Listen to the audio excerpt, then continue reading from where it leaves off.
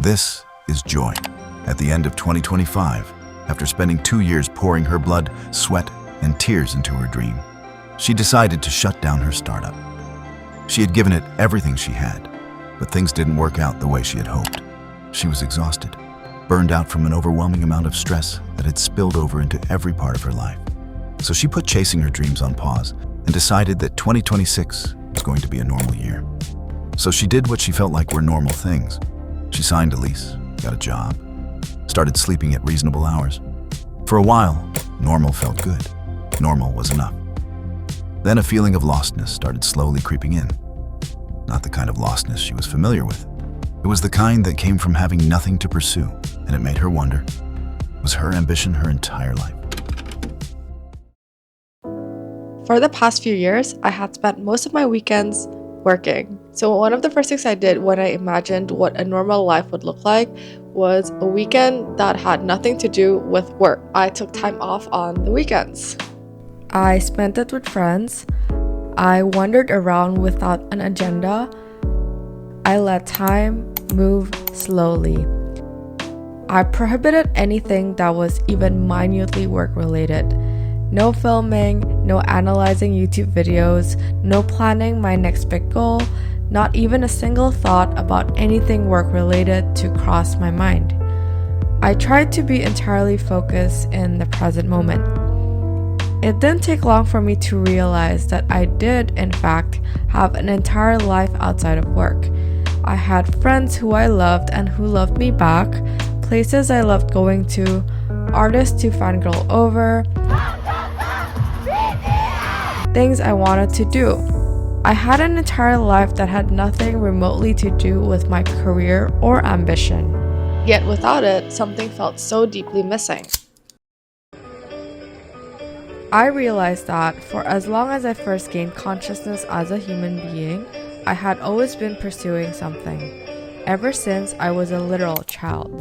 At first, it was the best grade in math.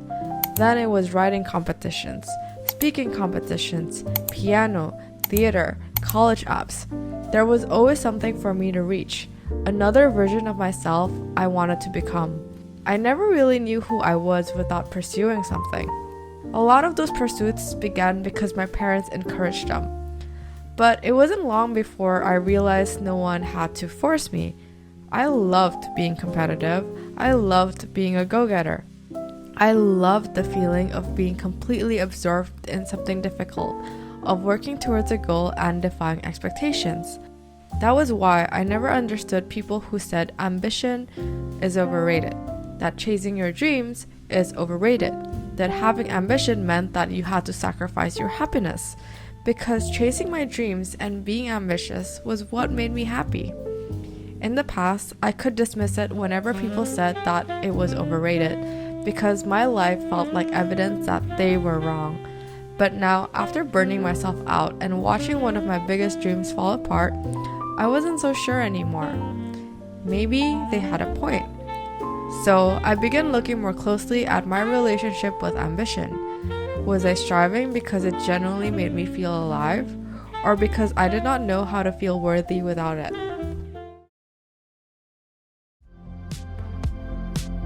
Okay, so I've been thinking about my relationship with ambition, or how having ambition is perceived. My ambition is one day I want to ring the bell in the stock exchange. I want to be able to build a lot of wealth for myself. In general, people view that sort of ambition pretty negatively. Like, ambition equals greed equals selfishness. Just because you have ambition, it doesn't make you a bad person. Sure, there are a lot of ambitious people who are very cutthroat, who are super selfish. The same way, just because you don't have ambition doesn't make you a better person. That's like black and white thinking. It's just bad for you. I think what makes someone a good person is how they approach their ambition, whether they have morals, how they treat people. Why do I want to build wealth, right? Do I just want this because I have an unresolved ego complex? I think it's actually my way of being grateful, because I'm very aware that I was very lucky that I got to study abroad. I went to a really bad high school. People from my high school a lot of them were not as lucky, and it's not because they didn't work as hard, it was their circumstances that prevented them. I'm fully healthy. I don't live in a time of war. My grandparents were like refugees who couldn't complete their education because they had to work. I wasn't born with a lot of circumstances that made it impossible for me. So I see it as if I was given like all these opportunities, how do I really show I'm grateful for them? One way is you can be happy with your day-to-day life. Another is to really show that the opportunities you got did not fall for the wrong person. My ambition is a result of my gratitude towards like life in general. You don't need to have career ambitions, but in general, having ambition in any aspect of your life is what forces you to get out of your comfort zone. Nature is all about growth and change. Choosing for things to stay exactly the same is to go against the very law of nature. Having ambition has always caused me some type of stress and pain. I realize in retrospect that it's not always a bad thing. If you were a caterpillar, right, trying to be a butterfly, in the cocoon when it's like struggling, it's going through a lot of pain, but you don't want to cut that cocoon open for them. You want to let that caterpillar struggle, because if not, it's never going to become a butterfly. At the beginning of every year, I always write down a long list of things I want from life. Sometimes I even write down things I am not truly sure that I want or are completely feasible. I just write them because I thought it would be cool. Some of them would end up coming true, some of them would need more time, some of them I no longer want. But getting them all right and having them all come true was not the point of it. Writing down the list of things I want to achieve every year gives me hope. And in trying to make them come true, it forced me to grow. Having ambition forces me to try my best and leave my comfort zone again and again. And whenever I did that, I felt like I was unlocking a whole new level in a video game. Except the reward was never the thing itself or the achievements, but a version of myself I would never have become if I had chosen to stay comfortable. Don't get me wrong, whenever I'm on the struggle bus, I hate it so much. Whenever I realize the mistakes I've made, the ways I've fallen short, and having to confront all the ways that I've lacked, it makes me feel like a loser. But when you choose to become better after having all those realizations, you will look back and feel a little proud of yourself, because whenever I look back, I, strangely enough, never feel foolish. I actually feel very proud of myself.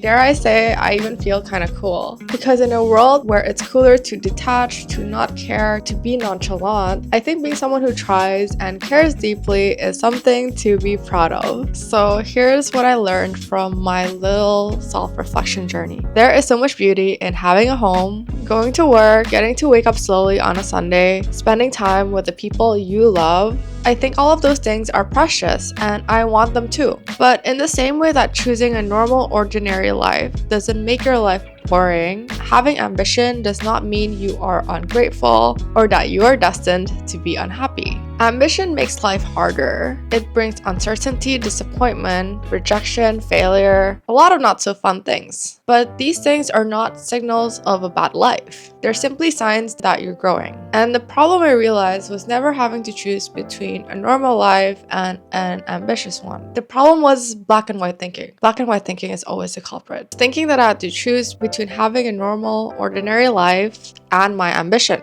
What I really needed to learn was how to chase my dreams, have ambition, without completely abandoning my sanity. I want life to feel big, I want to feel fully alive, and I feel both most deeply when I choose to grow, be brave, and stretch myself. Because whenever I stretch myself, I discover more of my courage, capacity, and more of who I'm capable of becoming. And every time I grow, the ideas of what I believe is possible, they grow with me. So this time, I am taking my time to ease myself back into my ambitions. I want a life that is normal and ordinary in its texture. But I do not want to be normal in the way of how I see the world or what I believe is possible. Because I want to dream, I want to take risks, I want to be bold. Not because my self-worth is defined by my ambition, but because it allows me to keep discovering who I can become.